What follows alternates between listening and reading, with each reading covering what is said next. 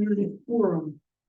Good evening and welcome everybody to this community forum. This is a virtual Zoom meeting for the most part. This is one of many opportunities for town residents to learn about the MBTA zoning mandate. And I thank you for coming. Thanks also again to Tiffany Marletta for organizing this important event. My name is Chris Olney and I am the chair of the MBTA zoning task force. I'm going to have a few brief things to talk about, and we'll have some slides to go with it, and then we're going to follow that up with questions and answers from the public. So let's get started here. Tiffany, you can put up slide 1.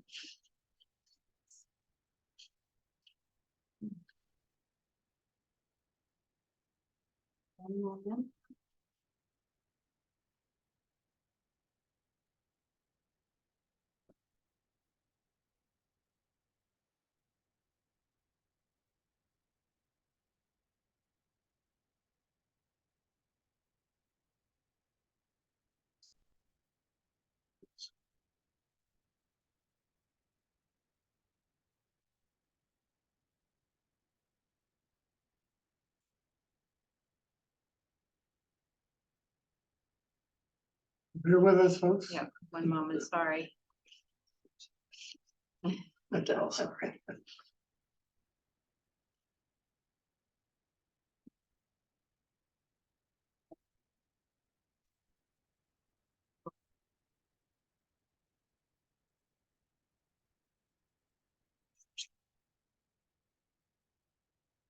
This. Yep. Not be able to switch the pages.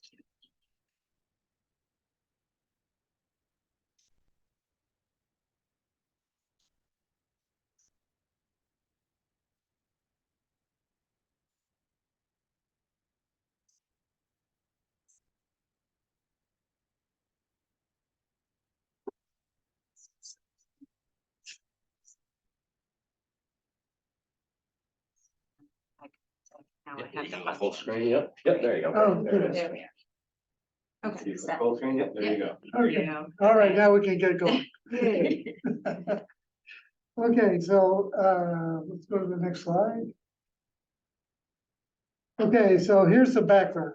In 2021, the state legislature enacted a law, which is chapter 40A, section 3, for those who are interested. It was signed by Governor Baker. The law was meant to ease the severe shortage of housing that's hurting the state's economic future. It requires that cities and towns that have subway or commuter rail stations must adopt zoning regulations to allow multifamily housing by right within a specific zoning district or districts. Half of the district must be within a half mile of the train station. As Manchester has a commuter rail stop, we are subject to the law. And we've been given a deadline of December of 2024 to comply with the law. But we're not alone with this. 176 other communities must also comply. Now, we know what multifamily housing is. We know apartments and condos, and we know that many exist in Manchester already. Although for the most part, they're either grandfathered or were allowed by special permit. Under the new law, they must be allowed without any variances or special permits. They can't be limited by the number of bedrooms or age restrictions. But we can require reasonable restrictions such as height limitations and parking requirements. The law is complicated and we're not sure yet exactly what zoning regulations are required for us to be in compliance. We as town residents have to become educated in the mandate and see if we can come to an agreement on how to proceed. Refusing to comply is always an option, but that comes with potentially harmful consequences and risks. Rushing to find a plan that is not carefully thought out can also have potentially harmful consequences.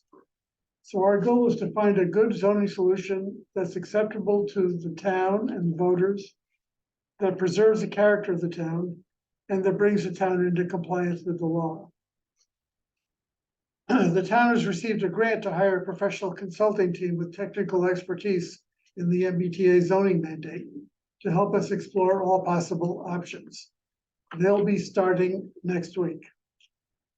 The select board and the planning board have determined that the best way to achieve this complicated task is to coordinate the town's response and convene a task force.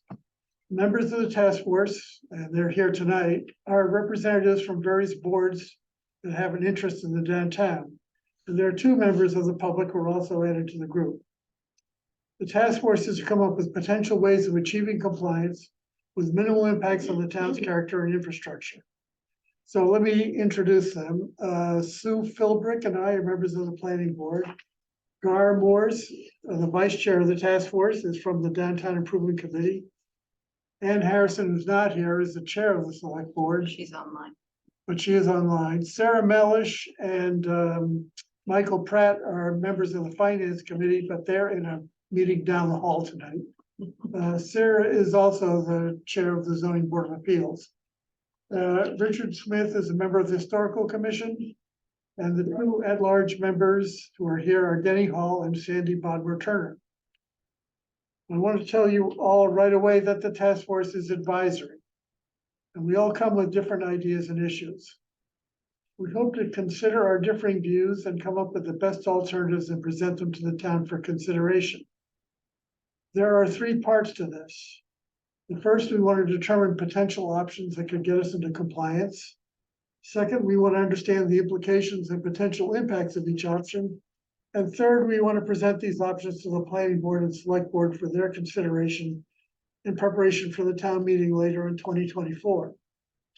There's also a flyer that includes frequently asked questions about the mandate. It and a lot of information are available on the town's website. Go to the section on the MBTA zoning on the town's website and you can find all that material. And I urge you to do so. And so what is our assignment?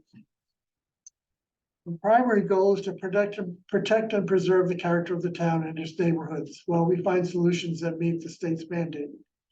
To do this, we want to study the law, gather data about our downtown and its neighborhoods, engage with residents and business owners to seek comments and ideas and advice, and come up with ideas for zoning districts with new rules for each district. And then we want to present the best alternatives to the select board and the planning board. So what is being asked of Manchester? Well, the state has issued a series of guidelines for this zoning change.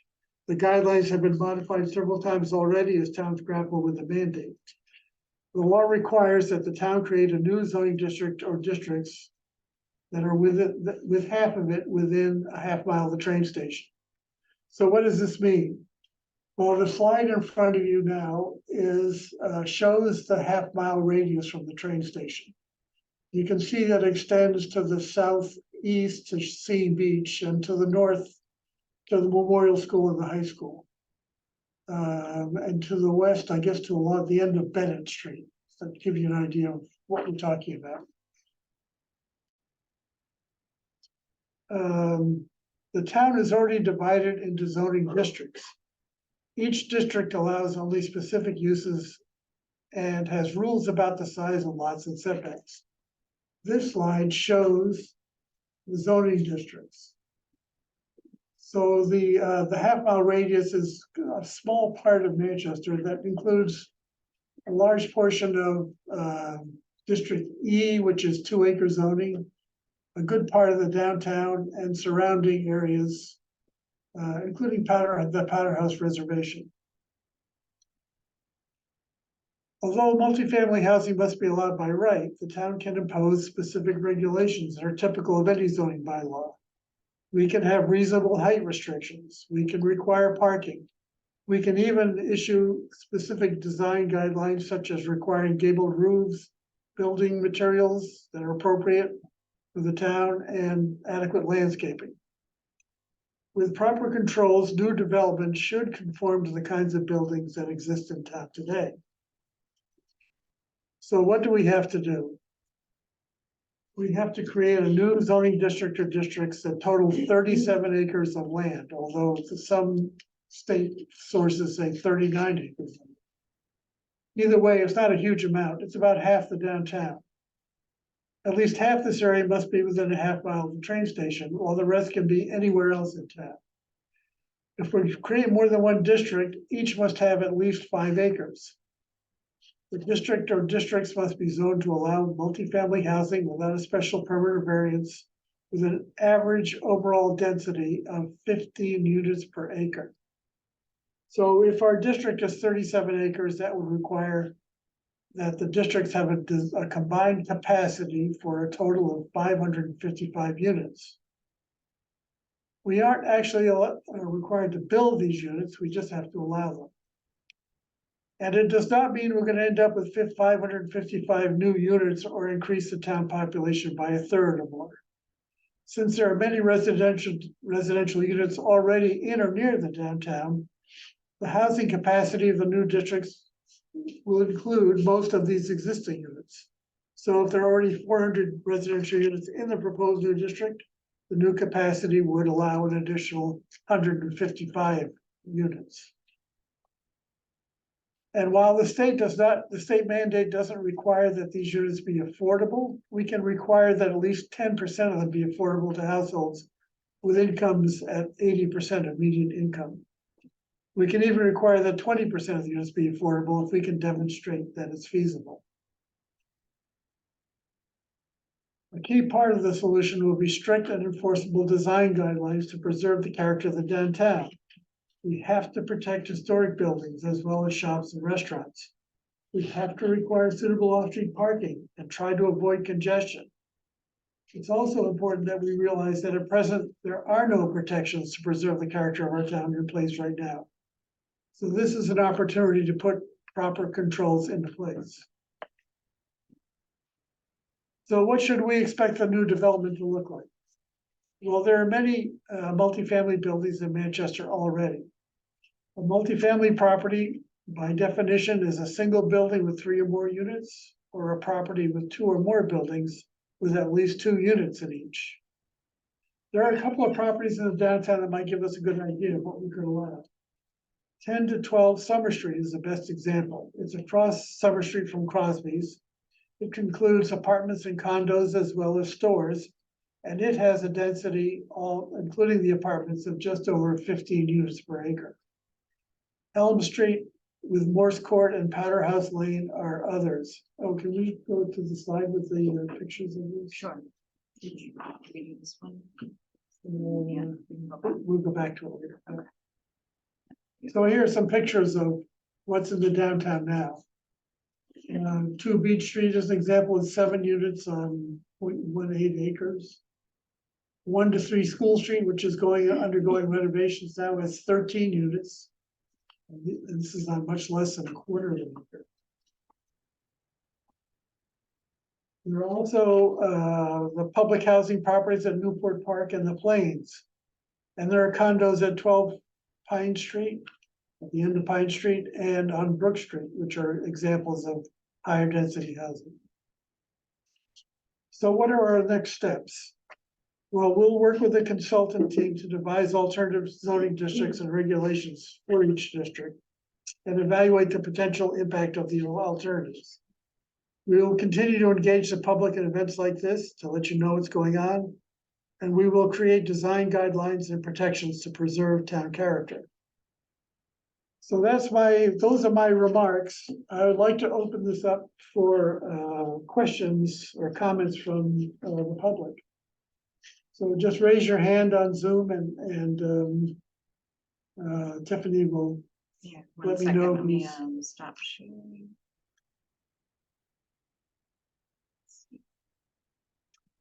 Attendees. Gar would like to say something. I'd like to thank the chairman for a very concise but complete description of what we're doing. I think it was excellent. Thank you, Gar. I appreciate that. Any comments or questions?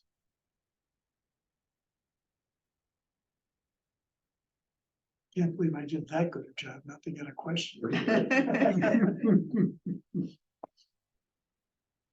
Is anybody gonna ask what happens if we don't comply? We could talk about that. What happens if we don't comply? Thank you, Gar, for the question.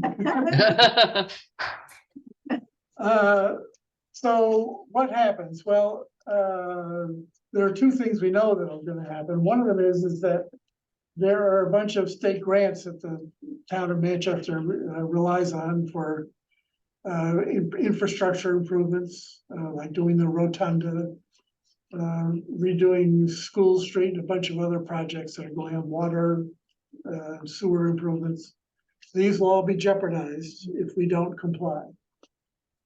The other thing we know is that the Attorney General has said that she will sue to require towns to comply with it. Now, we don't know exactly what that means, but it can't be good, and it will cost the town legal fees and a number of other things. So I think we all agree that it's better to try to comply first before we do anything drastic. One hand. Okay, If I may, yes, Ann. what about the impact on our water and sewer? Are we prepared to increase the demand on those utilities? That's a very good question also. Thank you for that. Yeah, so according to the DPW and to Greg Federspiel, the town administrator, there is adequate capacity to handle additional development in Manchester. But there's another point that I guess I should have made in the presentation. The state understands that there can be limits on infrastructure, and it has said in the guidelines that if there is inadequate infrastructure or a lack of adequate infrastructure is a legitimate reason for not approving the construction of new residential units. So if somebody wants to come in and build a 20-unit project and there is not sufficient water or sewer capacity, or I think a recent question is whether the national grid had enough power to supply them, they couldn't get a building permit without the adequate infrastructure. So, so I think the town has it, but if we don't, then that's a legitimate reason not to go ahead with construction of units. I just wanted to add something, if I can go back to Gar's question for a second. Certainly, Sandy. About non-compliance. And that is that I believe it's communities that are serviced by the subway system, that have a much more aggressive compliance deadline than we do, which is this December. That's correct. And Yes. so in terms of non-compliance, whether some of those will or will not comply, we'll see. And we're going to learn a lot about what actually might happen. So pursuing hypotheticals, whether it be disaster or whether it be a great option, is kind of fruitless in the absence of the data about what is actually going to happen, what Yeah. the AG will do, etc. And to follow up on that, I don't know what the latest number is, but as of like a couple of weeks ago, only one or two towns were resisting the mandate. Most others have at least gone through where we are now. Of course, I guess when he gets to town meeting, some towns may reject it, who knows? And then we'll find out what happens, yeah. We have one question in the chat. What about parking? Okay, so that's a very good question. So we can require off-street parking for, as we do now, for any residential units. I think, can't remember exactly what the parking requirement is, but I think it's. It might be 1.5 per unit now, but Something like that. I know for a 3-family, it requires 5 parking spaces. We may want to ease that off a little bit because the more parking we require, the less dense the housing is. And so the more difficult it is to reach compliance. So it's one of the balances we have to strike here. Yes, Jody. Hi, Jody Morse. So I have a question. I believe it's possible for us to have a maximum number of parking spaces. And I believe that there has been concern about increased traffic from these new units. And I think some towns, depending on how close they are to public transportation, are actually putting caps on the number of parking spaces that can be provided. Yeah, actually, the city of Cambridge doesn't allow any off-street parking with its multifamily. It requires it. It just doesn't allow any parking at all. I don't think we can get away with that here. And- But we can certainly require a reasonable amount of parking to try to keep people from parking on the streets.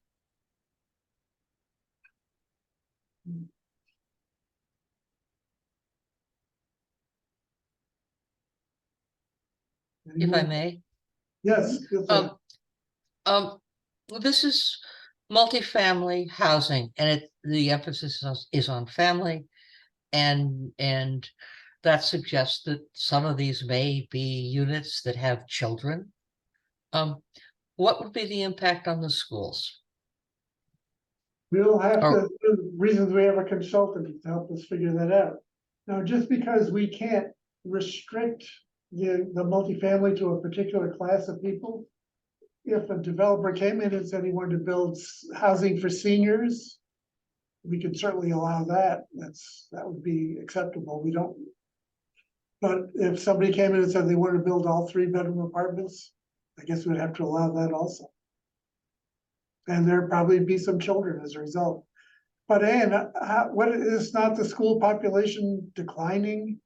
The school population is in fact declining, and to the point where perhaps stepping a bit up ahead of we're beginning to consider taking on more non-choice in students. So yes, that's something that I think the task force should look at and involve the school district with, but I don't think we need to panic that by allowing multifamily housing, we are going to require 6 new schools. This is yeah. I just want to make sure that that's included in our consideration. Thank you very much for listening to me. We have a Anytime, Ann, you can speak anytime you want. Yes. we have a question. What about mixed use in the downtown? Oh, another very good question. So, yeah, I think we all agree that mixed use is an important feature of the downtown. We don't want to replace restaurants with housing. But a restaurant with housing above it would be perfectly fine. So I think that's something we would like to build in from the start. Maybe a special overlay district that allows multi-use properties along the main streets of town, because that's good for the economic vitality of the town as well. May I just add to that? I think this process gives us an opportunity to try to preserve some of our commercial establishments before they disappear. Because we need a vital commercial district to remain a vibrant town. So I think it does present a unique opportunity for us to do that in a thoughtful way. Yeah, agreed. And in fact, having more people living in the downtown is going to tend to support more business activity in the downtown. Doesn't that also, if we have the limited commercial, it gives us a little bit more latitude in terms of the density?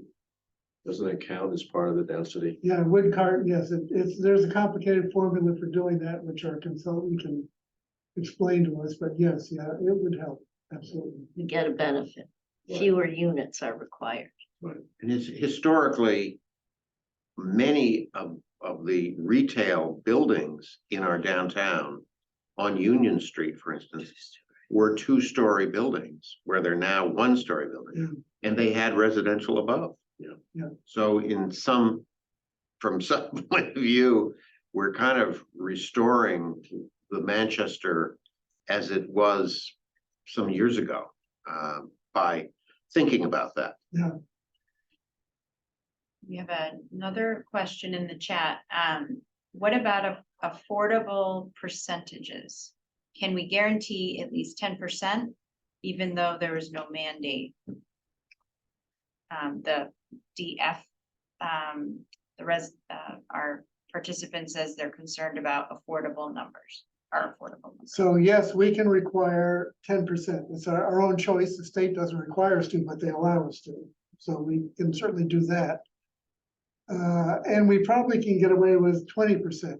We can demonstrate to the state that the market is strong enough here, which I think we can. There is a little bit of a problem, which is if we go ahead with 3 family units and call those multifamily, it's gonna be very hard to require 10% of a 3-family to be affordable. So that's something we have to think about as we devise this a little bit further. Has anybody asked about timelines yet? Not yet. So. So what is it, what are the timelines?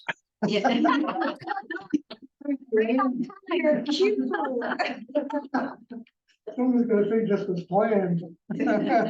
So the schedule is, we're hiring, the town's hired the consultant. She's gonna be starting with her team next week, and we have our kickoff meeting next Thursday morning.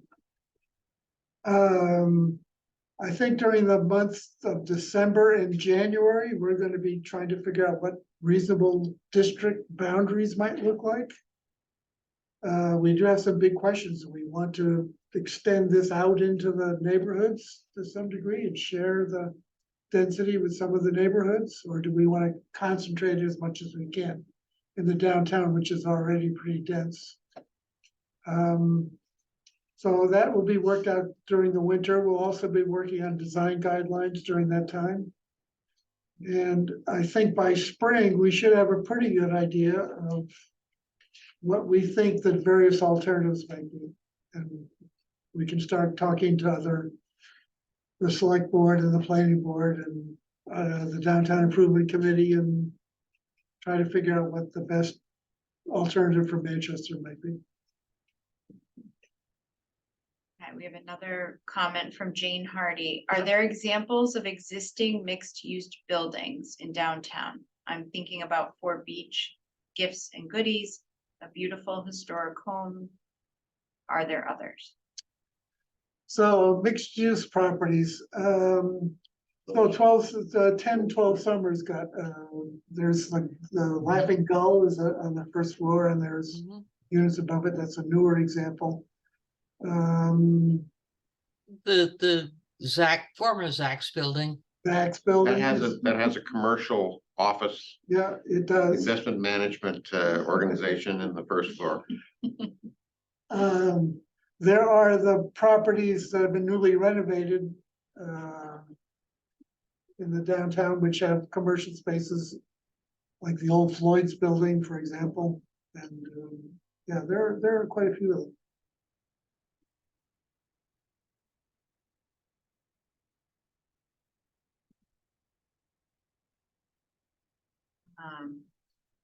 Less than 5 units being built, then donation should be made to the Affordable Housing Trust. I don't know. Oh, that's an interesting idea we could talk about. Yeah, and if we can't do a whole unit as a part of the percentage, maybe they donate money to the Affordable Housing Trust so we can build them somewhere else.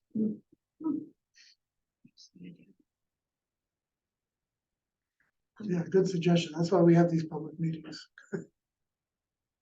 Yes, Sandy. I would appreciate it if you could talk, you mentioned something about how our current zoning is not protective of, historic buildings and really not protective in many ways of the character of the town. And I'd be interested to hear you talk a little bit more about that. So I might turn this over to Richard, because we do have a historic district in the town.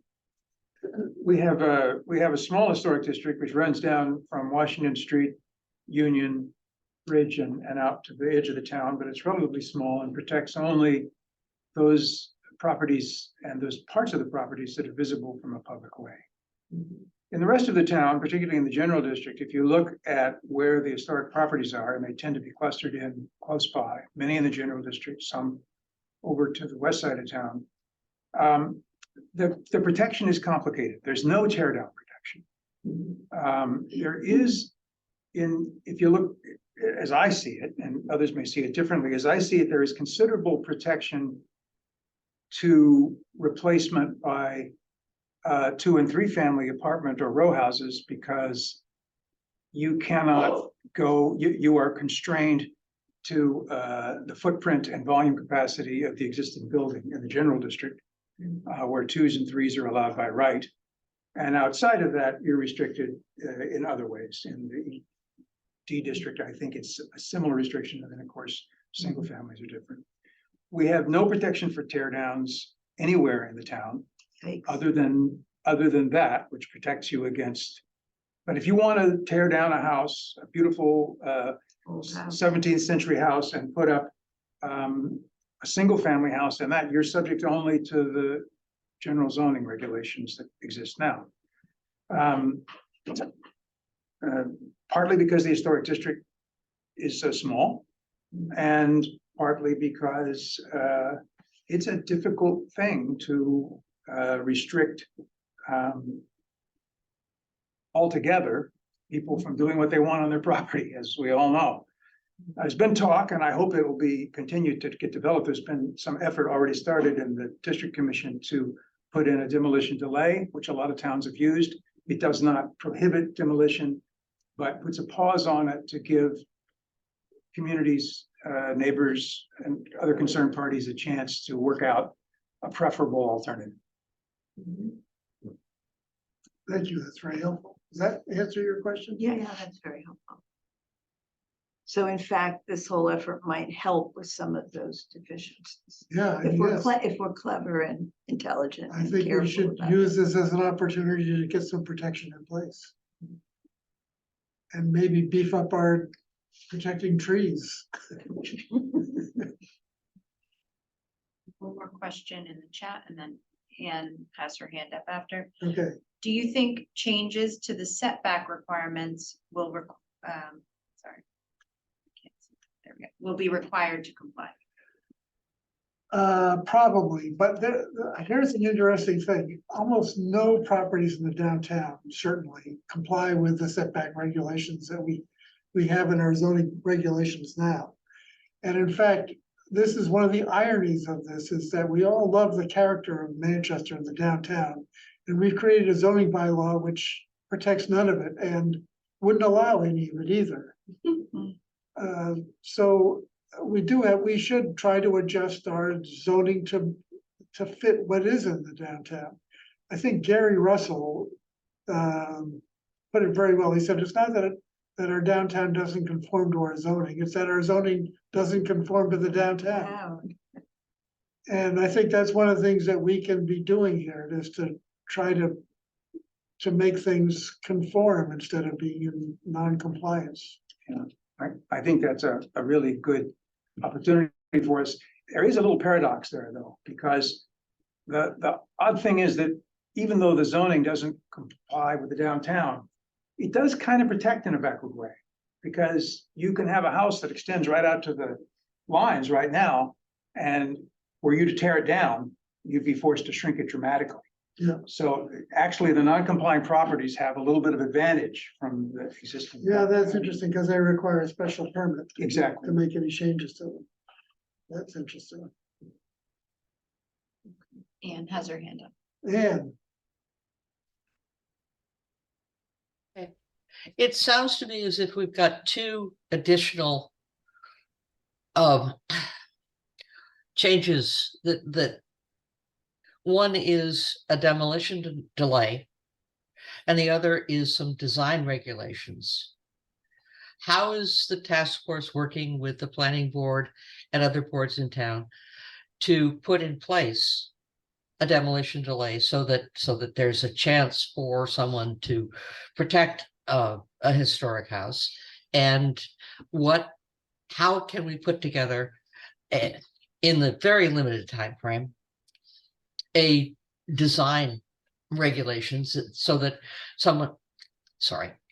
this is very, so we don't end up with Rantoul Street, which is what everybody in the world, I mean, apparently every town in the Cape Ann area or Northeast is saying, oh, we don't want Rantoul Street. So what can this task force do to encourage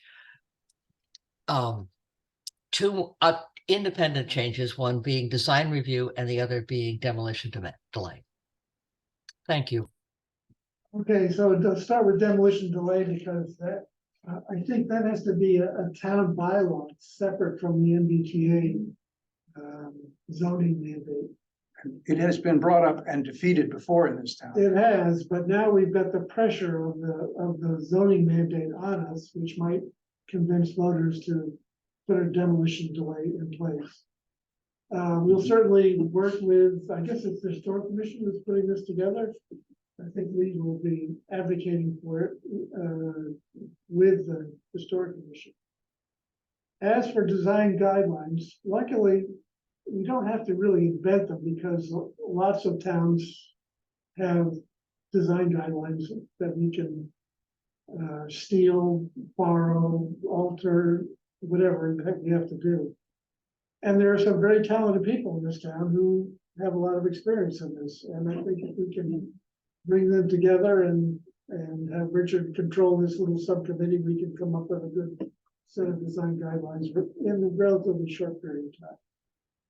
I think there may be a lot of arguing and discussion about them once they get drafted. But I would hate to see this committee drawn off its primary focus to deal with design guidelines. And I recently drove through town, as I do 2 or 3 times a day. There's stucco, there's clapboards, there's shingles, there's there are gable roofs, there are the French thing where they're very steep and then very shallow. There's all sorts of stuff, and it's wildly mixed design, and yet when it comes together, it's really nice. So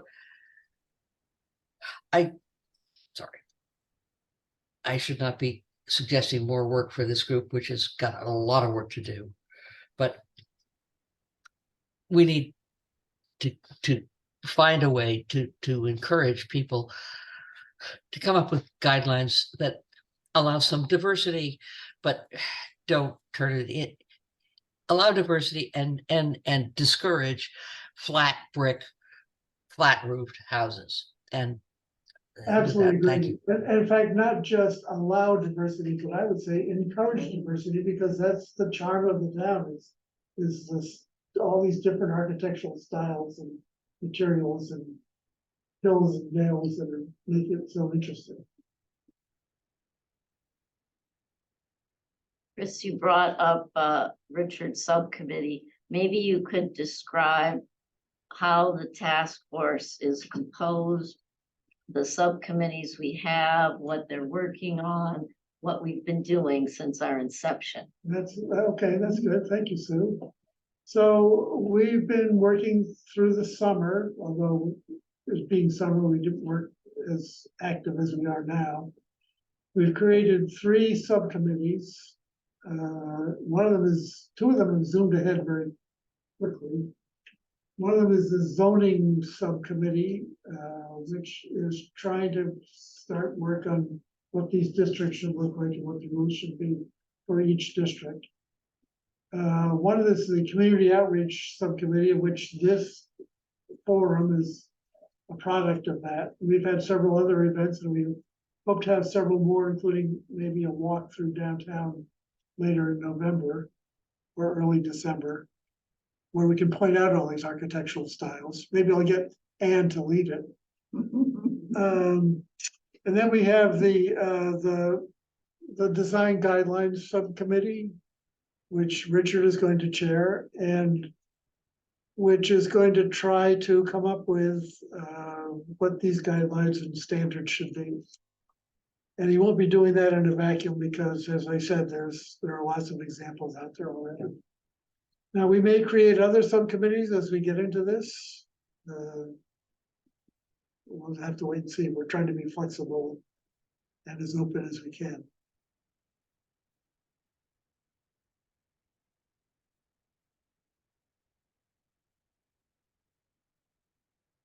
Anything else?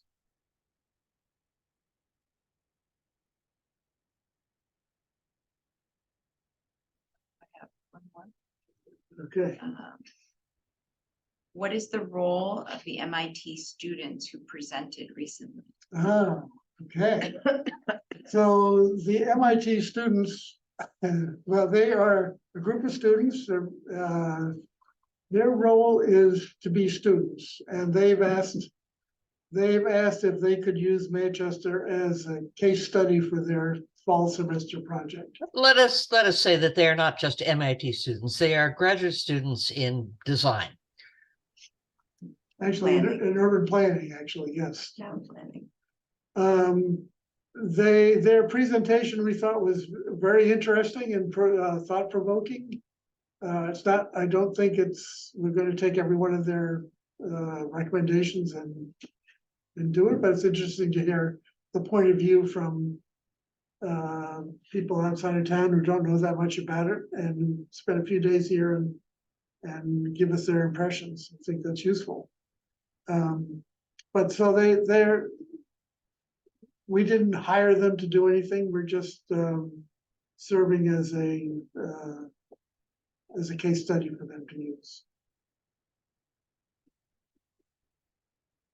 And I think they will be making a final presentation later this fall, or, yeah. So we'll see what they come up with. Your class ends in December, so. Yeah. Okay. Is this it? Well, I'd like to say something about the outreach subcommittee. All right, Gar. And that is that our sort of overall idea is we don't want anybody to show up planning to vote at a town meeting and say, why didn't anybody tell me about this? I don't know anything about this. How can they expect me to vote? We're trying to solve that problem in advance so that the voters whose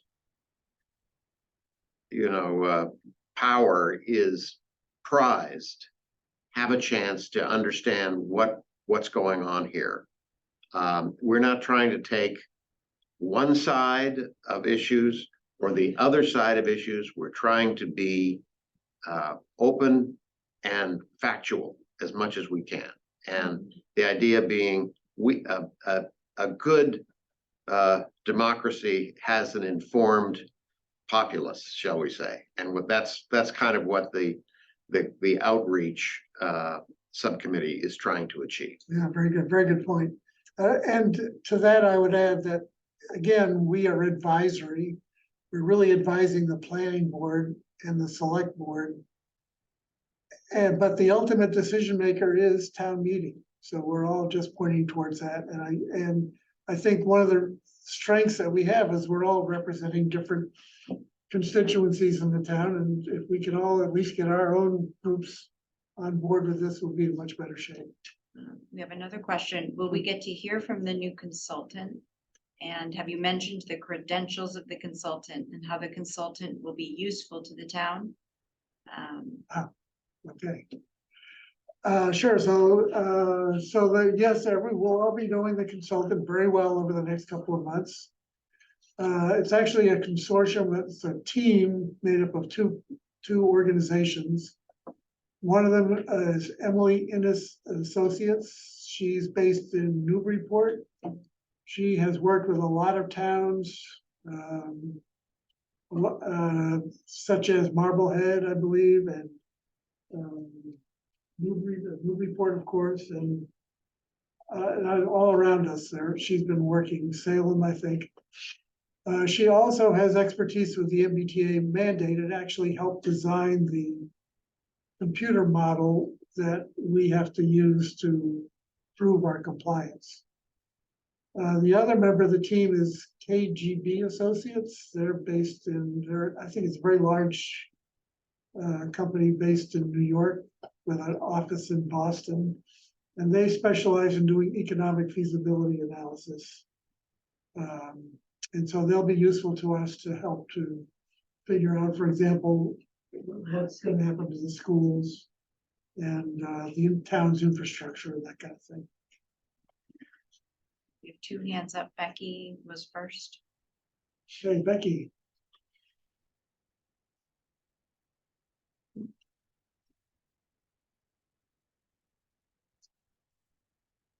But no, she should be able to. Probably picked up my computer virus, though. Muting me last night. Becky, you're still muted.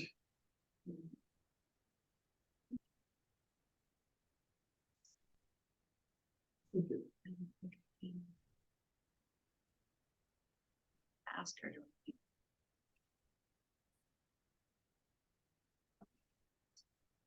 No, I think she has to do it. Did you put it in the chat? Maybe she's calling in. But how about the other? Okay, maybe Ann's next. My, what I want to put forward is that most of the towns and cities who are subject to this, maybe not most, many of them have they're either city organizations or they have a representative town meeting.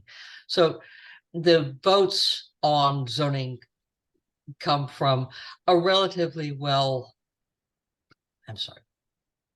I don't want to say that Manchester's voters aren't engaged, but if you are an elected representative to a town meeting, you have much more regular engagement. And I think it would behoove us to pay attention to the success of of open town meeting towns. Because we are dealing with a town meeting where any voter can come in, and we need to get a lot of groundwork out to tell people, to explain to people that what they read on Facebook isn't necessarily what is being proposed.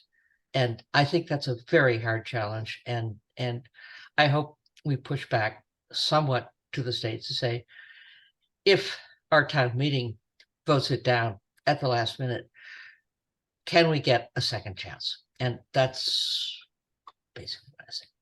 Sorry. Thank you. Yeah, I think the answer is yes. I think from what I've gathered, most towns are thinking it's gonna take more than one town meeting. But if we do our job right and we explain it all carefully, at least my experience in town meeting is that they understand and they'll make a reasonable choice.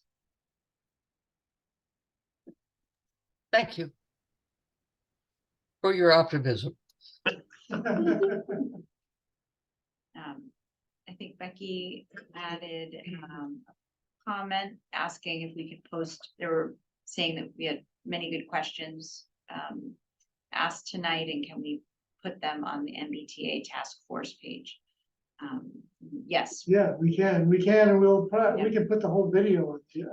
we'll be sharing the video in the Tide tomorrow and on social media, and I put the link to the MBTA page in the chat tonight. Yes.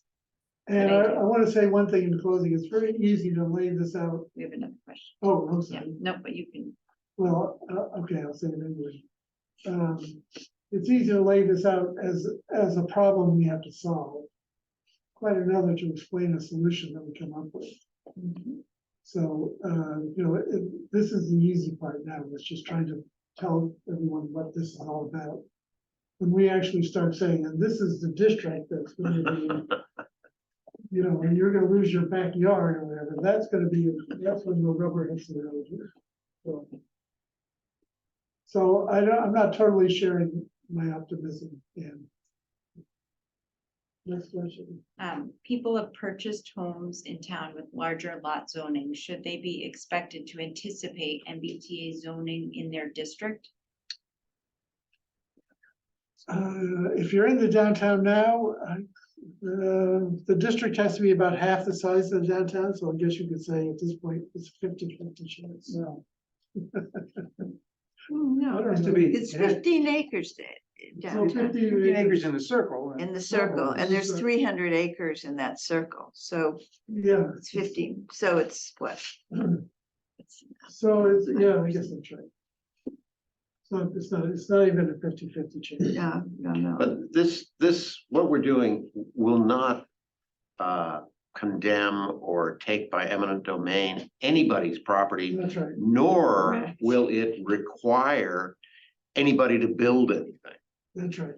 That's not what's gonna happen from this, at least. Yeah, So, thank you, Carter. That's an excellent point. Yeah, no one has to feel threatened that their No, house no, is gonna be taken. everybody's, if you got your property, you got it. Yeah. That's not, nobody's coming in to try to take it away from you or change it or anything like, that's not the idea.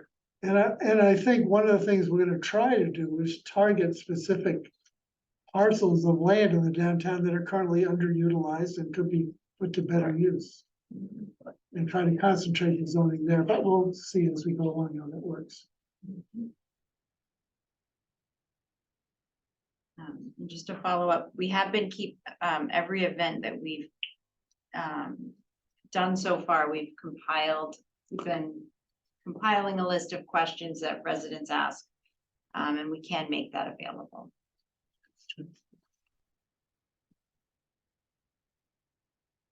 Oh, and I'm sorry, I'm chatty. But here I'm going to argue against chat. When the recording is made, the chat is not included.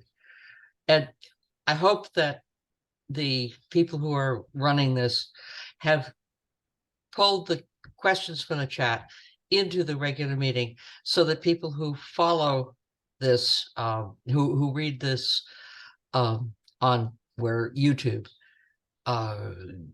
have the benefit of the ideas that came in through the chat. And I believe that's the case, but I just want to reinforce it. Thank you very much. Thank you. we read every question out loud. Yep, so it's included. Okay, anything else? All right, well, thank you all. I move we adjourn. Do I get a second? Second. All in favor? All in favor? Yeah. Aye. Okay, thank you all for coming and we'll be letting people know about our next community event. Keep this going. Thank you. Thank you.